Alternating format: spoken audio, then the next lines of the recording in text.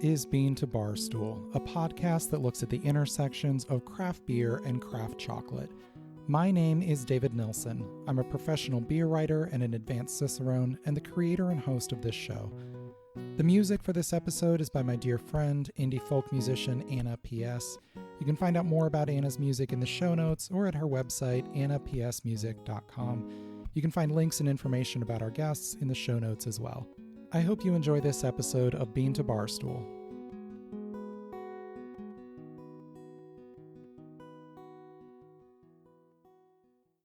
Leila Carvajal's family has worked with cacao for generations, stretching back to the 19th century, but every generation in the family has reinterpreted their relationship with this fruit tree that gives us chocolate.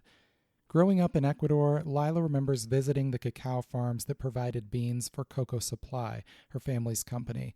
It was often her job as a young girl to feed the chickens on these farms. Leila eventually became a chemical engineer and now lives in the U.S. and has guided CocoaSupply into its current position as a leading provider of cacao for bean-to-bar makers and, notably, craft breweries. I first became aware of CocoaSupply at the Craft Brewers Conference in May 2022. CBC is the leading industry trade event for the American craft beer industry and features a gigantic trade expo. Cho is usually the only chocolate company with a presence, which made me take note of CocoaSupply. It took a year before we could finally have a conversation, but our recent interview, which you're about to listen to, certainly won't be our last. Leila and the CocoaSupply team are doing some amazing things, not only with excellent cacao, but with unique cacao products that are going to open a lot of eyes in the craft beer world if they're able to gain exposure, which they will if I have anything to say about it. Listen in as Leila introduces us to CocoaSupply. We talk about their business and sourcing practices, the farms they work with, and the products they offer. First, though, she tells us the story of her family's company, a story that begins on a small cacao farm in the 1800s. It is a family business, and the family history started in the 1880s. Around 1880s, they founded a little town in Ecuador. Its name is Catarama in Los Rios. And my great-great-grandparents apparently were part of this foundation or one of the first settlers in that area. And at some point, from what we can see from history, because there's not much data from that, is that my great-grandmother inherited farmland from her parents. I don't know if they had an accident or what exactly happened. We have not been able to establish precisely the story, but we know she was very young when she had this land, and she was a farmer girl. So she was basically into day-to-day farming and taking care and administering this land. And at that age, you married young. So she married my great-grandfather, who was more educated. They had 10 children, 7 survived. So different times, rough times too. But he was the one who said, if the kids need an education, the kids need to, we will never make it as farmers. They just had the witch's broom, was a disease that just was damaging the crops in Ecuador. So they sent the 5 boys to Guayaquil, ages 10 to 16. And they basically rented a house for them and said, you have to fend for yourself, you have to find a way, but you need to study. So the oldest one was a little bit the one who took care of the youngest one. He was the one working the most. He didn't study or go to university, but all of them went to school. So they all learned how to read, write. And one became a doctor, one became an engineer, tradesman. So those boys were eventually the ones that started really to develop the family and were the ones that broke a little bit the cycle of from farmer to the city to creating somehow a future for the family. And from there on, my father, who was the oldest from his father's side, how you do with children when they're off school, they're sent to the grandparents. So he was basically sent back to the farm. And that's where he developed, already from another point of view, the farming and learning from it. And he's still very attached to the soil. I always say my dad needs soil. My dad needs to go to the hacienda every once in a while. Otherwise, he will perish, So he was the one who said, when it was his time to study, he went to Germany, studied mechanical engineer, met my mom. And when they came back to Ecuador, he was like, okay, we need to do something else with cocoa. It cannot be just the bean. The bean itself is just, again, it's trying to see the added value. It's like so he created the factory that was doing the semi-elaborate. And we're talking, this was in the 1973. So 1973, he created that, but he was still part of a system that was very rigged. We're talking about the commodity exchange. We're talking where the suppliers don't really have a say of what the price is going to be. It's determined by demand internationally, where big players can decide when or not to buy. Financially, it is always against a farmer, because the farmer needs a day-to-day income, and a big company can simply say, well, the price right now is too high, or whichever, or the crop is going to be great, so you're going to get a lower price. And the farmer eventually has to sell, or has to accommodate these fluctuations, which are unrealistic. The fixed price is still the same. You have wages that we pay for your helpers in the farm. You have fixed costs, electricity, gas, whichever it is. So tying up a farmer to a commodity system is probably that is where the first unfair part of the system starts. But my dad, at that point, internet was non-existent. The communication, there was still a black box between origin and the consumer. We all had to go through traders, through bigger companies. And that is something that started to change when I was already old enough to be part of the business. So I grew up in the business. I grew up basically, from tasting cocoa. And I was the official taster. Grew up also like going to the farms. My task was to feed the chicken, But eventually the next task was like, okay, now we're talking beginning of the more or less 2000, the year 2000, internet was becoming widely spread. And that's when we started to open ourselves up to the markets of New York, and later on also Europe. So that's a little bit the history. It's a long history, but it also is a part of what nowadays technology has brought to origins, which is finally a direct access and knowing what's going on there. Sure. And so you are now kind of opening that up to the whole world. You are here in the US doing this? Yes, exactly. Once I studied, I came back from my studies to the US. I studied in the US chemical engineering. We're all a family of engineers. we're very technical. And the idea was, okay, the Bean to Bars movement had started. There was finally an interest of where the origin, where it comes from, even to create specialties. And that's when we saw the opportunity to start bringing their own container and distributing it in smaller quantities. First here in the US, and a couple of years ago we started also in Europe, because we decided that it was great to have this opportunity of bridging, like even connecting. It's not so much the idea of a trader, because traders have been already in the cacao business for the same century. But what we want is really like create, like, you want this farm, you want to have a direct connection with the farm. We're just your service enabler, because we know the whole process. We have been in each part, because history has basically put us in each one of those parts. So we know exactly how a farm works. We know the problems that they're having. We know the communication problems that they're having with the final consumers.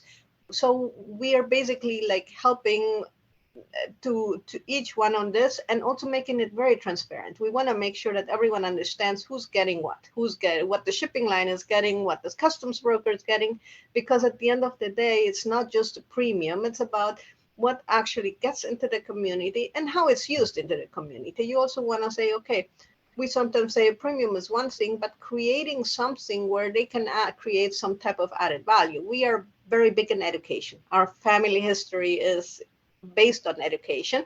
So we believe that that's one of the biggest give backs that we need to do as where we can contribute to our community. Sure.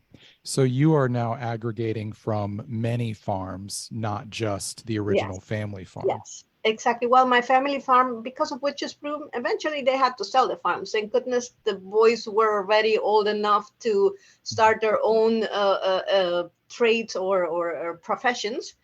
But at that point, it was the best decision that they could do is send them to study, because they would have really not had a good future in the land. And that is exactly where we come from. We understand why it is a problem to be a farmer if you don't have the fair prices, if you don't have an outlet, if you cannot have this feedback even from your customers. And how many farms about are you working with now? Oh, well, we have farms. We have different type of farms. One is the small family farms. We have about 50 or 60, because we vet them. We make sure, we know exactly what region is. We visit them. Then we have the ones that are also from family, but a little bit bigger.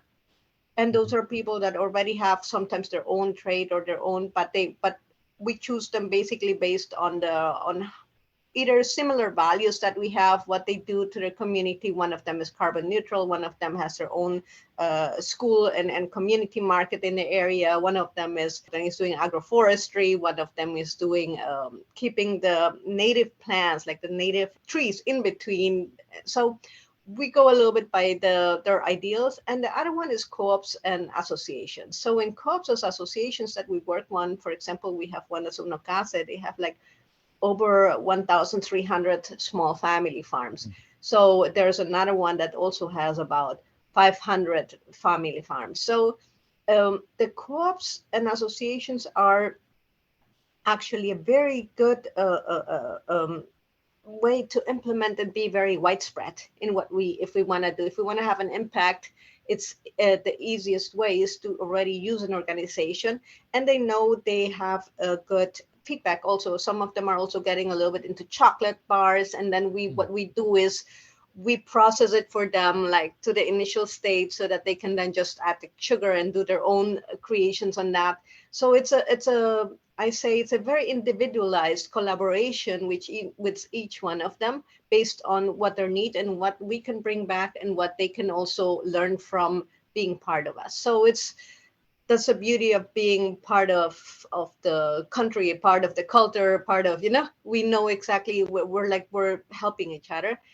And we know, for example, craft chocolate is a very difficult market. So we're like, okay, you can do that, but do also that. You can also do processing. Some of them process in our plant and then they sell in their own brand. And we promote that because we think that it's okay for them to have their own brand and being known as a association or a co-op that, and they selling to Europe, and they do contracts that are already like for sometimes for years for small.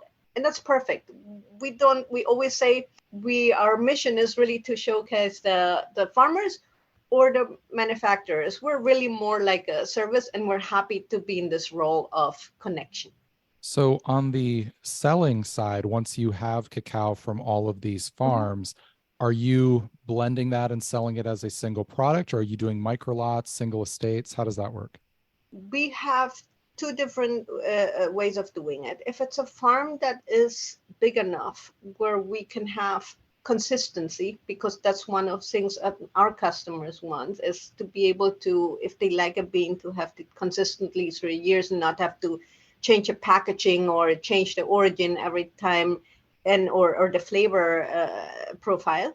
Then we create single estate bean, and we create a single estate product with that.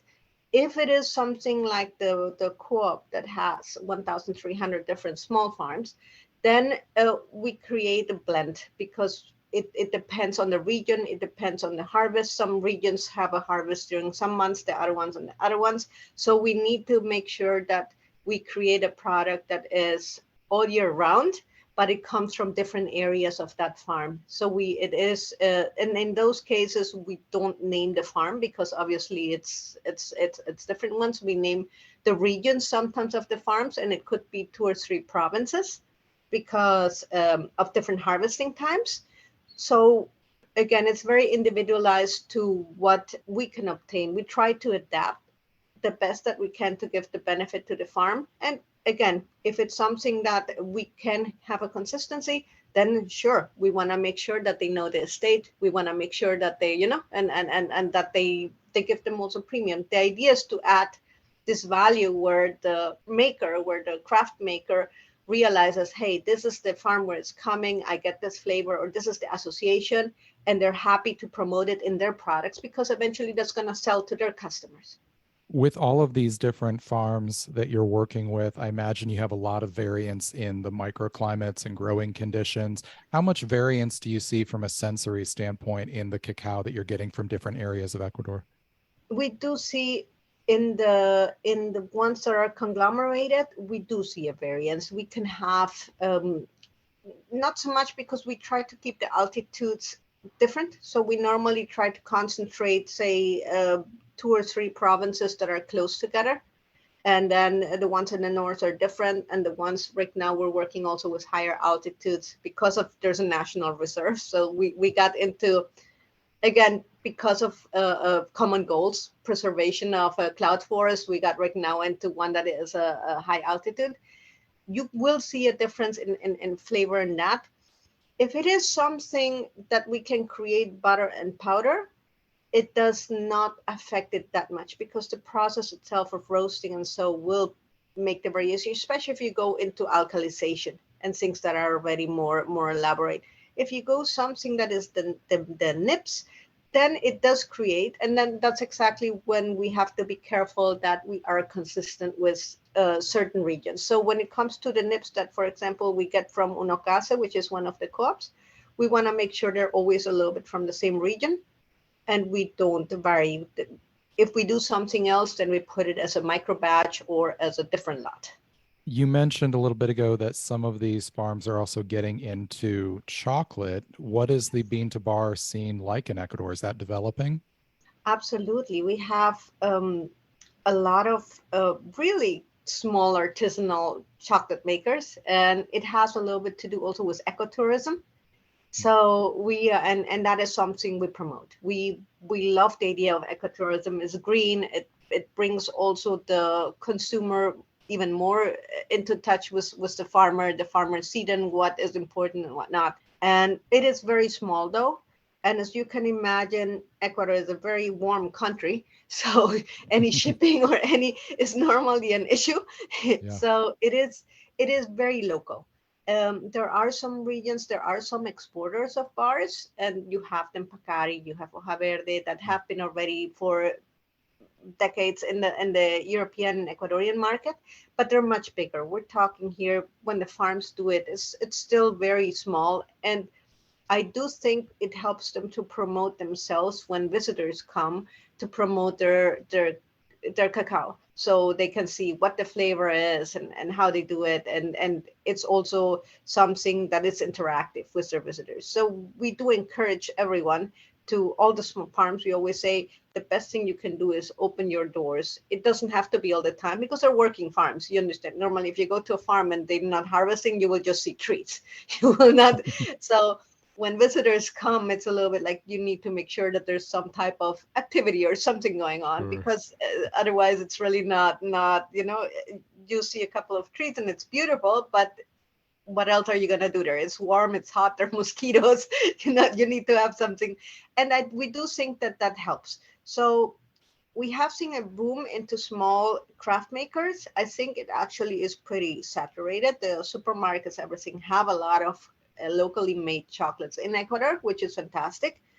When I grew up, the chocolate was either Nestle, there was one local chocolate maker, and then there was Hershey's, and it was one of the things that my dad, I think, was always grouchy about. He was like, we have cacao and we're re-importing things that are, Yeah. already made there. So it is nice to see the development into those small farms making it. But again, it's still very small. It's very craft. It's mostly a melanger and some type, or even they have done like the cocoa mass with us, and then they just add some sugar into granulated. But I do think it helps a lot their ecotourism and their way to being accessible to the international community to see what they can do with the market. We promote coming to Ecuador. That's really what we do too. It's one of our goals is to say, hey, nowadays You can do it. Nowadays, it's not, communications are there. You know exactly how it is. You can just take the plane. There's hotels, there's everything. So it is something that we always say, if you really want to ever, visit Ecuador, there's so many things, and the farms are one of them. And we believe that it is a beneficial for both sides. Well, I'm sure all of your farms have very interesting stories behind them. Do you want to pick one and just highlight maybe an interesting story? Yes, I mean there's so many. It's a we do actually, the farms that we choose are because there is something interesting, and either it's an association, or which I love because they're very flexible in learning and implementing things that they want, that they see the market is looking for. I was just in Unocase, for example, the one that has over 1,300 of small families, and I went there, and they were very proud to show me that now more women are involved into all the line of production. Sure enough, and that shows you what the feedback can do from the international market, and that's the lovely part of it. It's this. It's not just the farmers, or the community outside learning about the farms, how it's done, but also the farmers seeing, hey, we can also learn something from the consumers. So it's a give and take. So that's one of the stories. And there's another one actually where we're just working with. It's Makipukuna. It's a national cloud reserve. It's a couple that's very idealistic, and they decided to make a foundation and get a cloud forest so that no more deforestation is done. It's beautiful, colibris and everything. And there are parts of that cloud forest that were already damaged previously. So what they're doing is they're saying, well, that one we can restore by adding cacao or coffee, so that the community can trade on that one while we keep the forest and we make an edible forest. So what they're doing is, learning how to use different parts of the forest with wild harvesting and create some dishes with natural ingredients, and helping the community to get a livelihood with the cacao and coffee planted. Now we're talking, this is about 1,400 meters above sea levels, which Mhm. is a little bit high for cacao, but it's working. So this is another project that we're getting involved, is to create also an eco tour with them, that they're be able to get customers from outside, and have them ferment their own beans for 4 or 5 days while learning about the cloud forest, while learning about the coffee. And eventually that's going to bring not only the idea that the main interest is actually the forest. So don't deforest something that is your main asset, but rather build around and bring more income by creating those plantations, or those farms around it, while keeping the forest as something sacred. So that's a little bit, we love that idea. We love the idea of promoting that, and we love the idea of bringing their coffee now too, because this is how we end up bringing other products. If you see, our line is usually cacao, but we have some freeze-dried fruit and everything, and all of those are from farms where I come, and they're like, hey, Lila, we have some dragon fruit. What do we do with that? I I was love like, that. okay, let's freeze dry it. Let's bring it. So this is a little bit. So right now we're also getting into that coffee. I'm not saying we're gonna become huge in coffee, but I said to them, if you're producing coffee, I'll make sure you get buyers for it. Well, you brought up something important there with fermentation. Are your farms handling their own fermentation and drying and then bringing you dried cacao? Yes, we think that it is an added value. We don't do that, but we do see maybe in the future, if they cannot do it because of weather, so that they can do it also in our plant. But normally we do like to see them adding their own value, fermenting and knowing how it's fermented, and being able also to sell it to other people. If I always say, a relationship is a two-way relationship. It needs to be something where they're not completely dependent on us. They need to be free to get whoever pays the most for their beans and create their own product if they would like to. So we do want to see them knowing the fermentation. And normally farmers in Ecuador, we have a long history of cacao. Almost every farmer in Ecuador knows how to do it, at least the basics. So Mhm. it's something that's not new, but it's a little bit the infrastructure, the boxes, the fermentation boxes, which is better than the piling and so on. In the Co-ops, they have them themselves, which is fantastic because they really do get some special customers, and then they can create special products for them, which is also great. Beyond selling cacao to makers, you also have a significant part of the business where you are selling cacao and cacao products to craft breweries, which is how I became aware of you originally. I ran into one of your representatives at the Craft Brewers Conference last year. Tell me a little bit about how that branch of the business got started.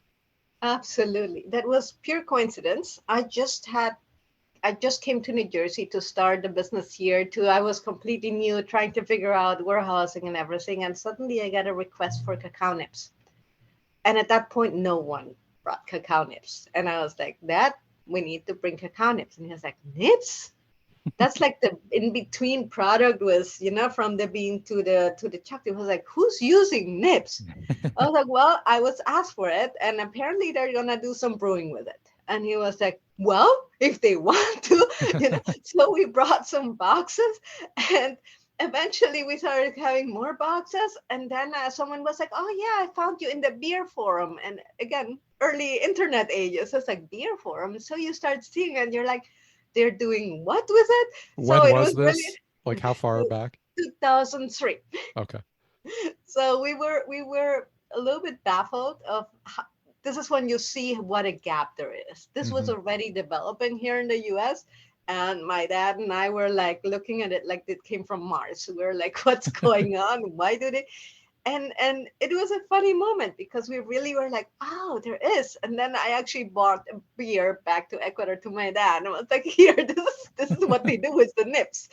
And I mean, we used in Ecuador traditionally use the pulp to do moonshine. That's what Mm. they do in the haciendas. They use it to ferment it, and you get a pretty strong alcohol or liquor out of it. Oh. But never really the nips to ferment in it. So it was something new for us. It was a nice different development, and then it started to develop like that. We never really intentionally went into the market, but it was more the market asking. And then they were asking, who can you roast them more? Who can you make them smaller? And because there also come technical questions, you start learning about the fat content. And some people decide to use powder. And one of the beauties then, right now, 2021, 2 years ago, the club brewery actually asked me, he was like, hey, Leila, would you like to do a collaboration? We're working with Bottle Share. And Bottle Share is an organization that helps breweries in need if there's it's like an emergency fund. And I was like, yeah, of course. And that's when I got a little bit more into what the community of the craft breweries are. And I found that it's a beautiful brother and sisterhood. It's really, they're, I do believe, very supportive to each other. So we did this collaboration, and that's a little bit when I got involved even more into what's going on in the craft beer community. And we're still working with it. Right now, we're working with some brewers schools. We're right now bringing cacao pulp into freeze dried or into puree, which is normally not that accessible here. So as I say, I got some guinea pigs in the Brew Expo show that they were like, sure, we would like to love that. And I was like, okay, we're collaborating. We're gonna give you some. You tell me how it's going, what your pros are, what cons. We're learning about the different sizes of the nips, the different roasting profiles, adding shell, not adding shell, what it does. And because of the freeze-dried fruit that we're getting also from the farm, we're suddenly also oh, you have this freeze-dried fruit. Let me try that too. So as I always say, we go organically into paths that normally we did not intend. But I think that's the beauty of life, You Yeah. just go ahead and continue. And so I do think that that's something we're gonna further develop. And I think there's enough playroom for everyone to find new products, which is the beauty of craft industry too.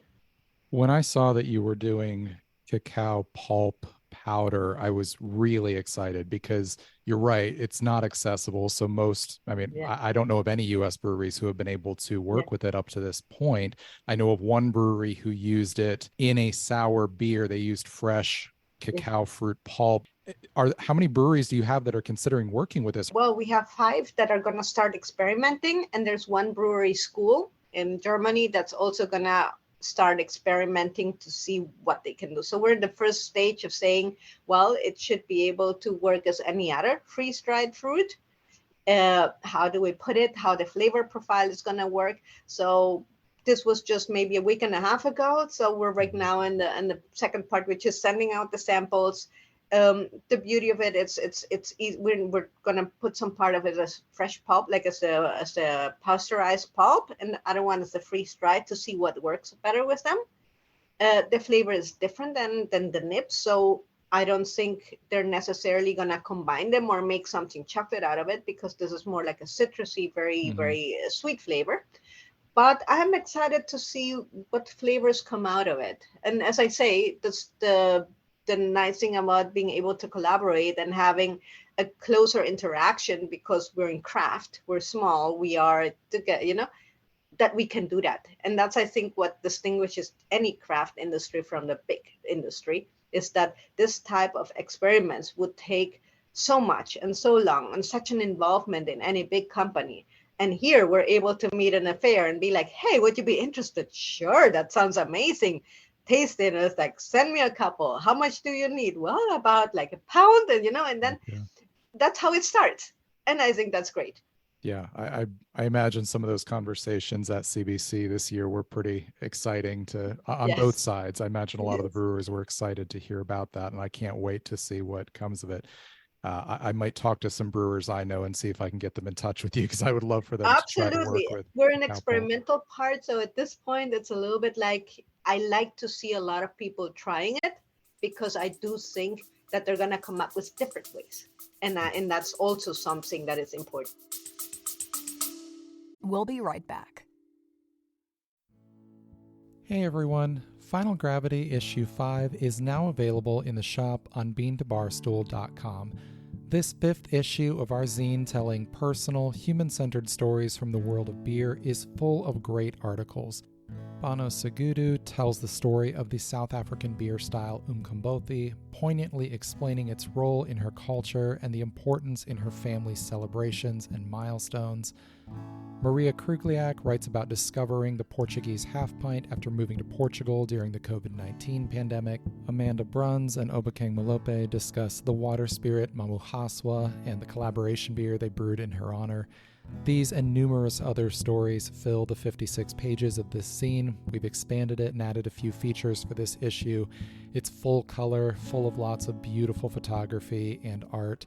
Definitely check this out. It's on beantobarstool.com/shop. You can purchase this issue or subscribe, and you can always support us on Patreon and get extra perks as well. Cheers.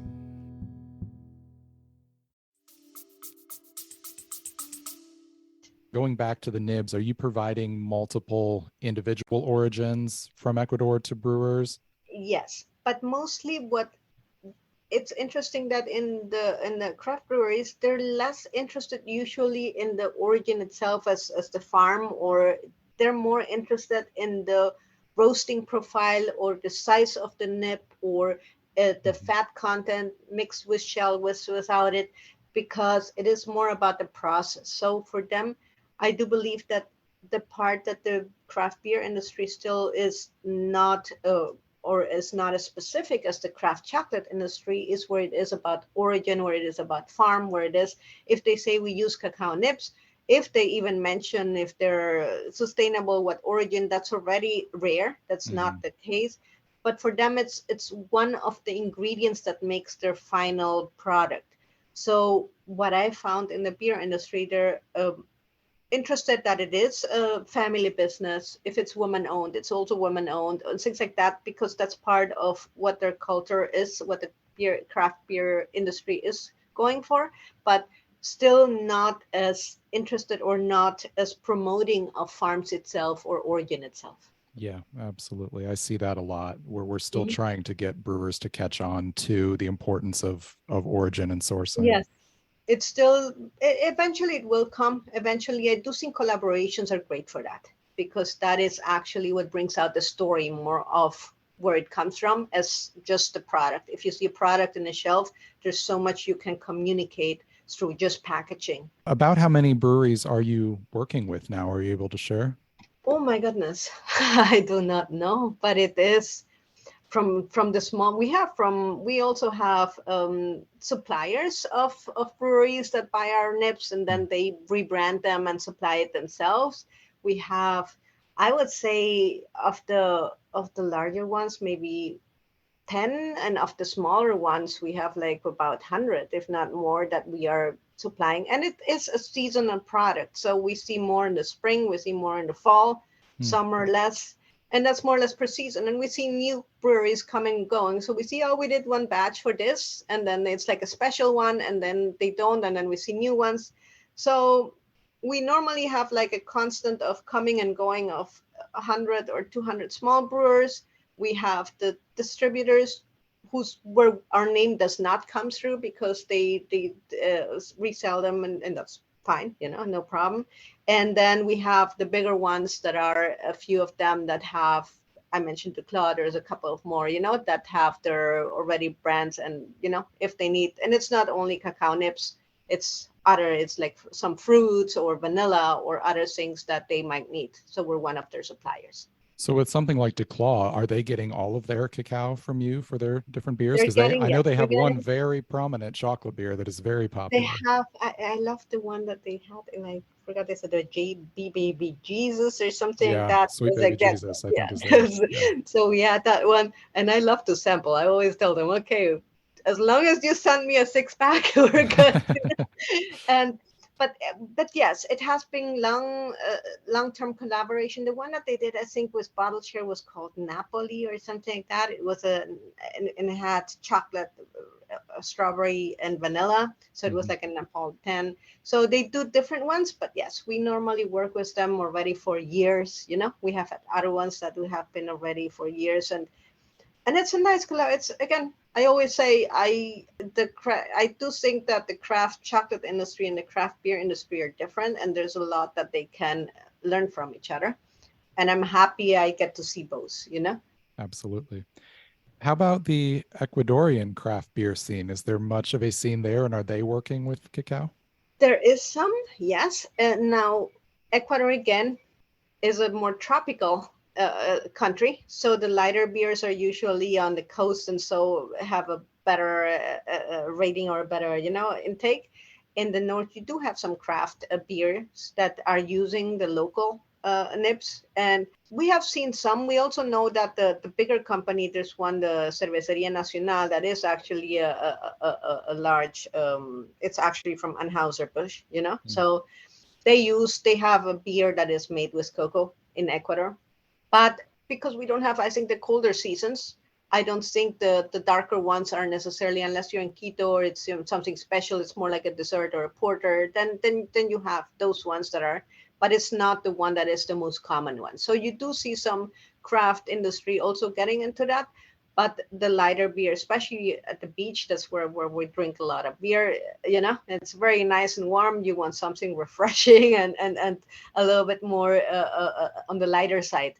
But there is some, and there is a development, less than in the US yet, but going there. And again, I do think it's going to be a specialty because of the climate, because of the customs. But eventually that's going to change. Well, you've been around cacao your entire life. You mentioned going to the farms when you were little. For a lot of folks here in North America who are fans of craft chocolate, we might learn about the cacao supply chain, but a lot of folks are never going to get to go to a farm. They're never going to experience that. Can you share with us just a couple of images or memories of your time on these farms growing up? Yes, I mean, when I was little, what I always say, for me, it was strange when I grew up and came to college to the US to realize that people didn't know where chocolate came from. We're talking 1996. Mhm. So it was really like, what? It comes from a plant, from a seed. And it was like saying, hey, imagine someone would say, hey, I've never seen a pear. And you're like, what? You've never seen a pear? It is strange. But eventually, that's when I realized, hey, there's so much of a gap of what I grew up, and suddenly you see another perspective, and you're a little bit at the beginning baffled of how is it that you never even thought about it. And Mhm. that's what right now is happening with internet communication and everything is you're able to share those ideas. What I remember when I was little, when I was checking everything, I remember there was really like at 4 a.m. They woke up really early. It was still, that's what my memories are. And it was fine with me, but it was really like it was still dark. You get up, and I was already everyone getting coffee. We got coffee from little on. My daughter even got coffee when she was little. She got from my grandmother, an espresso little thing with milk and honey and coffee. We're talking 2 years old, that's normal. And we were able to go. The first part was like more or less the chores, and then was like really it was a very happy time. We went to the river. We were forbidden to go into the river. You as a little kid. So this is more or less my very early memories. Then as I was older and my dad was already in the factory and so on, we were stopping by when we were traveling. He loved to drive around the country. So we were stopping by at different places like, oh, look at this. This is how they're doing. Oh, this is how they're farming. He was always very interested in what different farms were doing. So if we were driving by and we would see like a cocoa plot, he would be like, oh, let's stop by and say hi. And we did that. And that was a nice experience. I was still like 10 years old or something. So I was still little, but it was more or less like stopping by at a farm. It's like, oh, this is how you do it. Oh, you're separating in that. Oh, you're putting a channel in between. So he was technical. I didn't grasp at that point what it was. But I even met Homero Castro at that point, and I didn't even know who he was. And my dad was like, oh, this man is doing a new plant and that is going to do this for Ecuador and the witch's broom. So it was exciting to see that. And also the innovation on that part. This is the nice thing too. The farmers there is a way, and they're trying all the time. And if they try to something new, that's a part where you can experiment with plants and where you experiment with different fermentations and where you can. And then growing up, also the factory, they come and they come every week with cocoa, and then they bring you bananas and this and a live turkey, and the turkey got a name. So my mom had to return it because she knew turkey would not be for Christmas, Yeah. And one time also there was a fluctuation with the commodity exchange, and my dad sat down, and then one of the farmers came, and they were like both lamenting that the price were just on the floor. And my dad was like, look, this is what's happening, it's outside. And the farmer came with a jug of moonshine, and he was like, oh, we're discussing this. And then my dad was like, Leila, don't let me do any business. And his daughter was there too. Cecilia, don't let me do any business. So we saw our parents like getting there, lamenting the commodity exchange market, getting completely hammered. And this is the relationship you have, Sure. It's a relationship that we are in ups and downs with them. And the farm itself is usually, as I say, when you go there, it's cacao trees. When it's farming, you see a different thing. Then you really see the hard work that it is. The sun is burning, you see everyone with long sleeves. You see everyone with even t-shirts or hats that are covering their neck because you don't want to be burned. It's not only because of mosquitoes, but it's also because it's hot and the sun is really burning your skin. And then it's a fast thing. Then you really can see what the skills are. They normally get from the community. They get like 10, 20, men, and they all have buckets, and they start cutting machete, and it goes very fast. It's cut, machete, open, put it in, out. And normally the big fruit, like the parts of it, are left on the farm because it regenerates the soil. All the nitrogen goes back to it, so that's normal. And also when they see monilla or something with any type of fungus or mold, they normally burn it. They put them together into a pile and burn them so that it doesn't regenerate. So there's techniques that have been already developed from family to family. There's no one that really went there scientifically and taught them. But it was something that has gone there and as a tradition. And it's nice to witness that. It's nice to then, at the end of the day, some parts of the pots go to the kitchen of the farm, and then they do the cacao juice with other fruits. We also have normally guanabana, or you do mixes also. So it is nice. It is sometimes warm, very warm. So that takes a little bit away the idyllic part of it because sometimes, Yeah.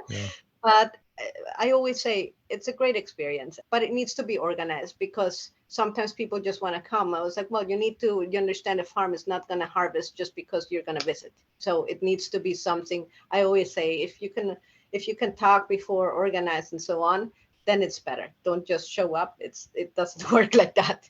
What story is CocoaSupply telling?